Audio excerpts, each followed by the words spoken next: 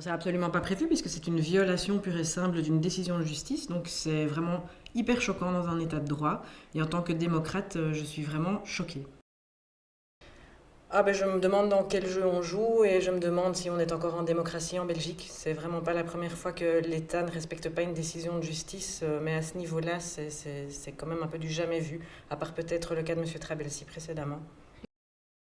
On envisage en tout cas une plainte pénale par rapport aux fonctionnaires et notamment au parquet fédéral et à l'État belge qui a une responsabilité pénale pour ces actes. Ça, c'est une première chose. Des recours, il est parti. On va évidemment examiner tout ce qu'on peut faire à ce stade-ci.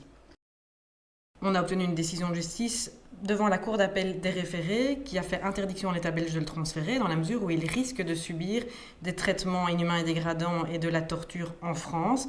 Vu ce qui vient de se passer, la violation de la décision de justice, je peux vous dire qu'on n'est absolument pas rassuré sur son sort en France puisque c'est clairement ici, quelque part, le désir de vengeance qui a primé sur l'état de droit au niveau des décisions de nos dirigeants et c'est quand même fort inquiétant.